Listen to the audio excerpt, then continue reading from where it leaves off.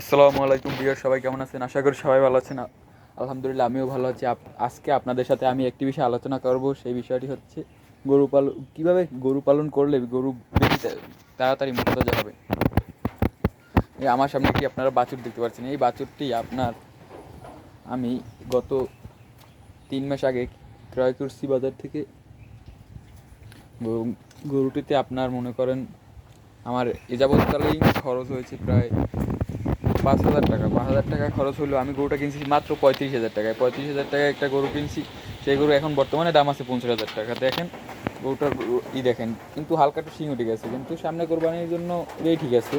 আমার বয়স হয়েছে যে কারণে 35,000 টাকায় মাত্র এই গরুটা কিনছি। 35,000 টাকা এর থেকে ভালো দেখুন। সে সময় ছিল আমার ইউটিউব চ্যানেলে ভিডিও ছাড়া আছে, যে সময় কিনে আনছি সে সময় কীরকম ছিল আর এখন কীরকমের। গরুটা দেখলেই আপনারা বুঝতে পারতেছেন।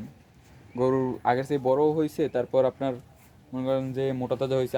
আমার এখানে আমি আপনার সময় মতো, আর গরু সবসময় খাওয়াইলেই যে গরু মোটা তাজা এরকমের না। গরুর একটা নির্দিষ্ট টাইম আছে, নির্দিষ্ট টাইম অনুযায়ী যদি আপনি খাবার দেন তাহলে গরু এমনিই মোটা তাজা যাবে। আর অনেকে মনে করেন যে টাইম নেই, মনে করেন যে এখন দিল, আজকে সকালে দিল, কালকে আবার দুপুরের সময় দিল, এরকমের খাবার দিলে হবে না। গরু সবসময় মনে করেন যে খাবার দিতে হইব যে কোনো একটা টাইমে, ফিক্সড একটা টাইমে খাবার দিতে হইব। 2 বেলা